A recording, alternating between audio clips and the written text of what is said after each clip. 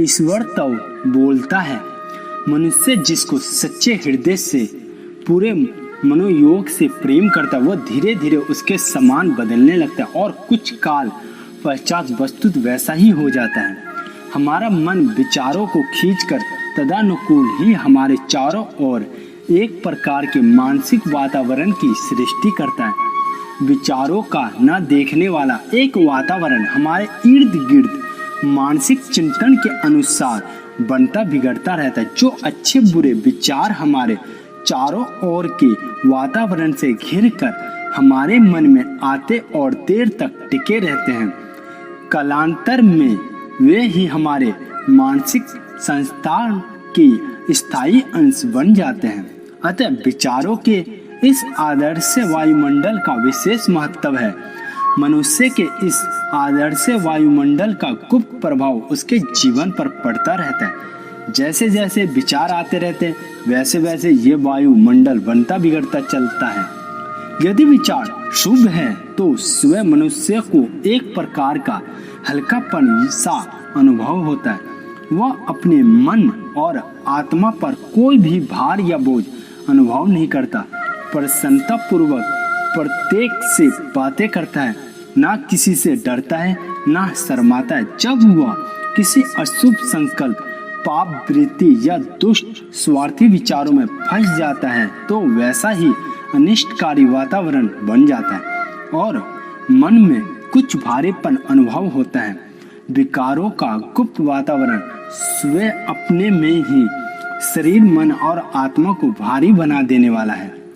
ईश्वर का कुछ ऐसा विधान है कि शुभ सात्विक संकल्प, पवित्र विचारधारा के साथ हमें अंदर से एक शक्ति मिलती है। यह हमारी आत्मा की या देवतत्व की, यूं कहिए कि पवित्रता की शक्ति है। पवित्र कार्य का संकल्प करने से हमारे अंतर मन से ही एक गुप्त ओज निकलकर कार्य सिद्धि में हमारी सहायता करता है।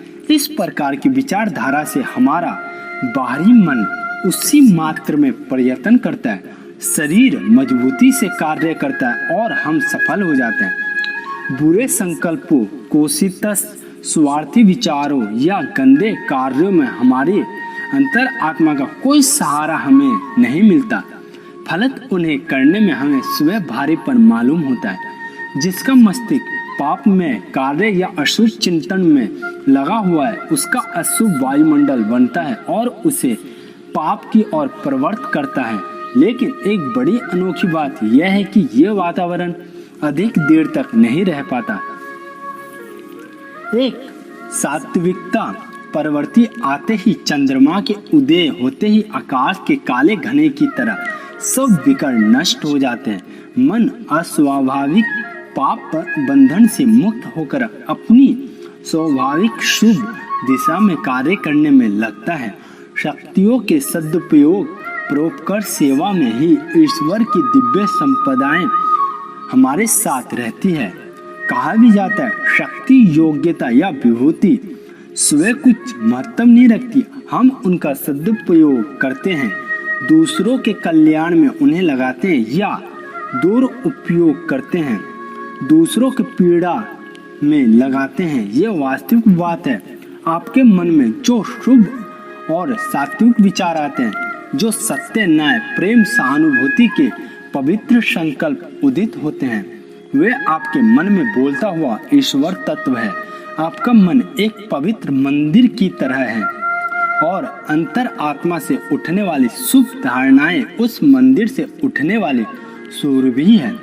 मनोविज्ञान वेताओं का मत है कि मनुष्य मन एकामर्गी है, अर्थात उसमें एक समय में एक ही विचार रहता है। इसकी तुलना हम वन वे ट्रैफिक वाली सड़कों से कर सकते हैं। इसमें एक समय में एक ही प्रकार का विचार प्रवाह चलता रहता है। दो विभिन्न भावनाएं एक ही समय में नहीं बनी रहती। जब एक ही प्रकार का प्रवाह रहता है तब दूसरे प्रकार का विपरीत विचार प्रविष्ट नहीं होता। यदि दया का विचार चल रहा हो तो क्रोध का विचार नहीं चल सकता। यदि प्रेम, सहानुभूति, करुणा की त्रिवेणी प्रवृत्ति हो रही है तो हिंसा आवेश के असुरी विचार नहीं रह सकते। इसी बात को यूं समझिए कि हमारे मन में रहने वाला अच्छा विचार एक प्रकार का ऐसे कवच है जो हिंसा, पाप, क्रोध, वासना, स्वार्थ या अन्याय के अनिष्ट विचारों से हमारी रक्षा कर सकता है। मन का सात्विक वातावरण ही हमारा वह कवच है जो दूषित विचारधारा या अमंगलकारी वासनाओं से हमारी रक्षा करता है। इसका उपनिषेधों में भी उल्लेख इस प्रकार है। यदि देश भावना को रोकने के लिए, प्रीति क्रोध भाव को शांत करने के लिए, शांति दोषपूर्ण दृष्टि को रोकने के लिए गुण ग्राहकता का उपयोग किया जाए तो पहली वाली बुरी भावना अपने आप रुक जाती। यदि मन में किसी प्रकार के अनिष्ट विचार का प्रवाह आरंभ हो तो उसे रोकने के लिए उसके विपरीत सद्गुण और धर्म वाली भावना मन में प्रचुरता से प्रवाहित कर मानस प्रदेश को धो डालना चाहिए। इससे अनिष्ट विचार का प्रवाह स्वतः बदल जाएगा और मन बुरे विचारों से हटकर अच्छे मार्ग पर आ जाएगा। नियम का प्रयोग कर आप अपने आंतरिक मानसिक जीवन को अमूल बदल सकते हैं और अच्छे स्वभाव का निर्माण कर सकते हैं। दीर्घ अभ्यास से सूक्ष्म संसार भी बदल सकते हैं। हमारा स्वभाव पुराने विचारों का जमा हुआ रूप है, सूक्ष्म या कर्मों का ठहरा हुआ रूप है। बार बार विचार एकत्रित होकर स्वभाव का निर्माण करते रहते हैं। अपने विगत जीवन में ये कुत्सित विचार प्रचुरता से हमारे मन में आते रहते हैं, उन्हीं से बुरे संस्कार बने हैं। अब इनके विपरीत पवित्र भावनाओं को मन में बसाने से नए शुभ संस्कार बने सकते हैं।